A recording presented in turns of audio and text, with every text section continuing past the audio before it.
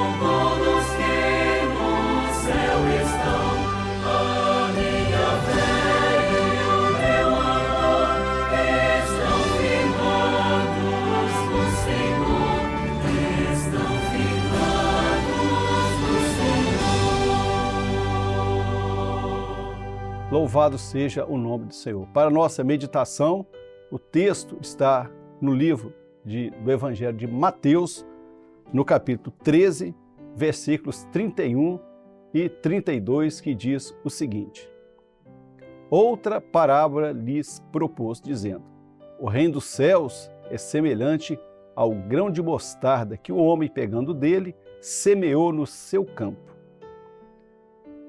o qual é realmente a mais pequena de todas as sementes, mas crescendo é a maior das plantas e faz-se uma árvore, de sorte que vêm as aves do céu e se aninham nos seus ramos. Que Deus nos abençoe.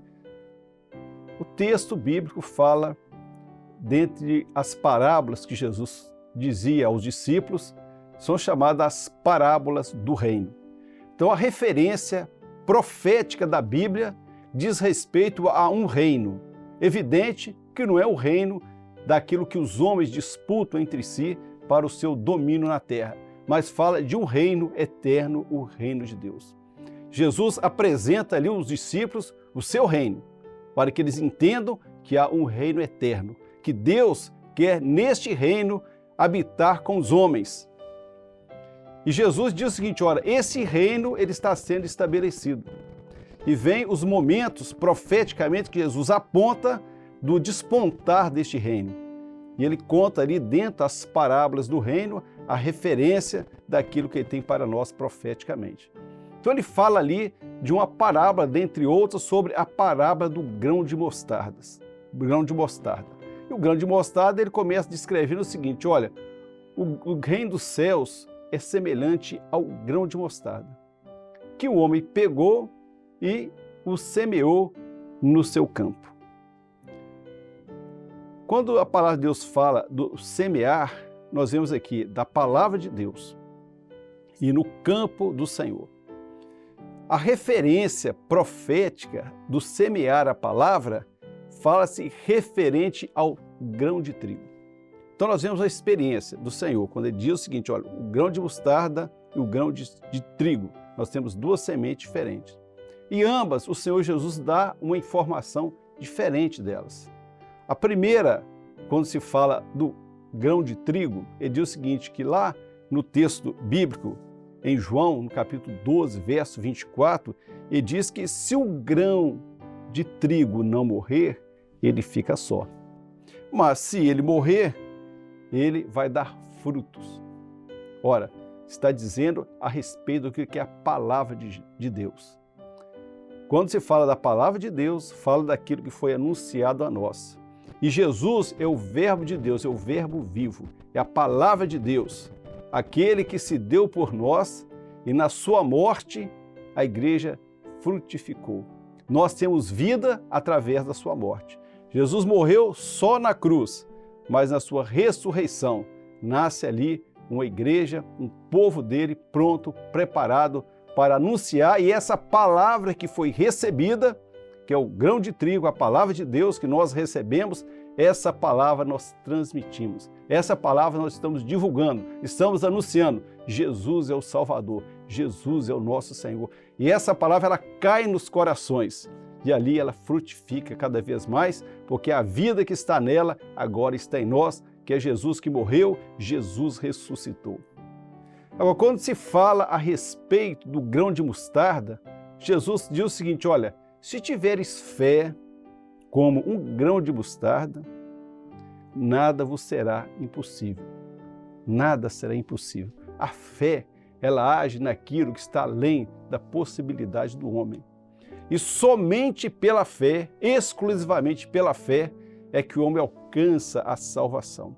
Pela graça maravilhosa de Deus, pela salvação de Deus, Deus que nos salvou pela graça, através da fé que nos foi dada, que é a fé que o Senhor Jesus, que é o autor dela, nos entrega. E assim o homem recebe essa fé e a mantém viva, porque essa fé vai permanecer até o fim, porque essa fé tem que ser guardada, tem que ser colocada em nossos corações e ali preservada viva até aquele momento em que nós deveremos nos apresentar no reino de Deus, que é o propósito da parábola, ele fala sobre o reino, mas quando nós estivermos entrando neste reino lá na eternidade, que já vivemos este reino aqui, mas nós estaremos para sempre com o Senhor na glória, esta fé ela vai estar conosco, que é a fé como um grão de mostarda. Mas o texto fala o que aconteceu com essa fé. Fala de um homem que semeou no seu campo. Ora, o texto fala do reino de Deus, das coisas eternas, daquilo que Deus tem preparado para o homem na eternidade. Mas o homem, ele se toma posse daquilo que é a fé de Deus, a fé genuína dada pelo Senhor, mas ele traz aquilo que é para o seu campo, para o seu interesse, para a sua vontade, para o seu querer, para a sua razão. Quando ele faz isso, ele desvirtua a fé. Então aquela fé que é para ser viva, aquela fé que era permanecer viva a todo tempo, o homem põe no seu campo. Não no campo de Deus, mas no seu campo. Quando ele coloca no campo, aquela semente ali é colocada e a semente morre. Diferente do trigo, que está ali para dar, com esse propósito de morrer e dar fruto, a grão de mostarda não. Essa fé que deveria permanecer viva, agora, quando ela é lançada, ela é semeada no campo do homem, ela morre. Cadê a fé? Acabou. Mas acabou a fé? Então o que sobrou? Uma grande árvore? Oh, que coisa extraordinária! A fé acabou, agora veja uma grande árvore. É o que se tornou aquilo que é um ajuntamento sem a fé. Ficou grande, cresceu, se destacou, serviu como uma grande admiração de todos. Olha que coisa extraordinária! Um pequeno grão se tornou uma grande árvore. E nele se aninham o quê? Árvores do céu. Aquilo que está povoando a árvore são o quê?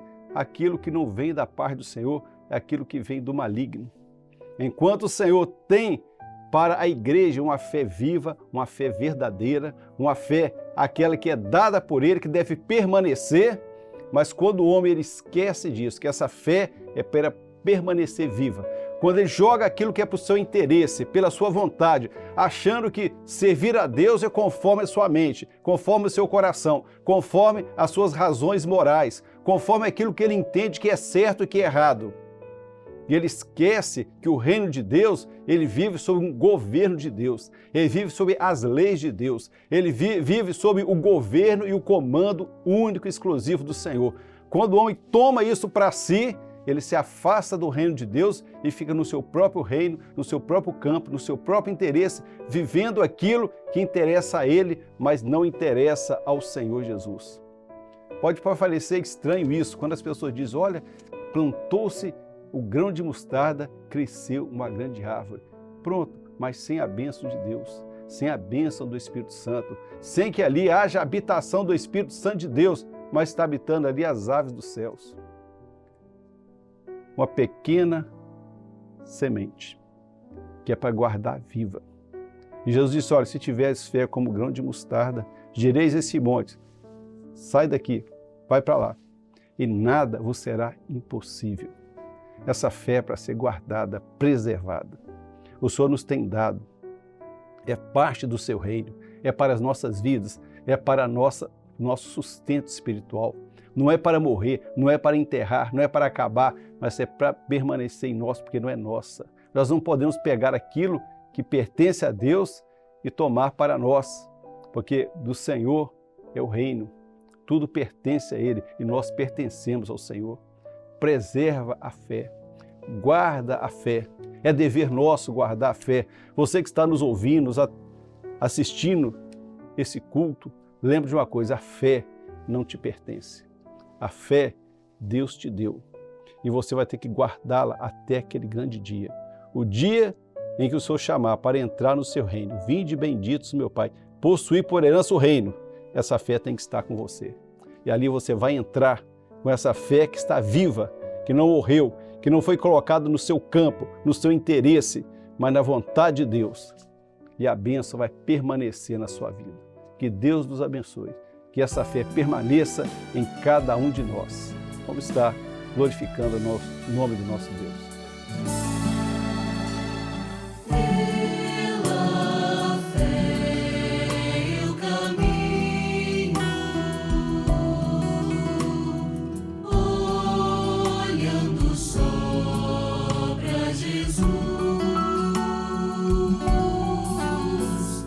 Minha mão pus na sua.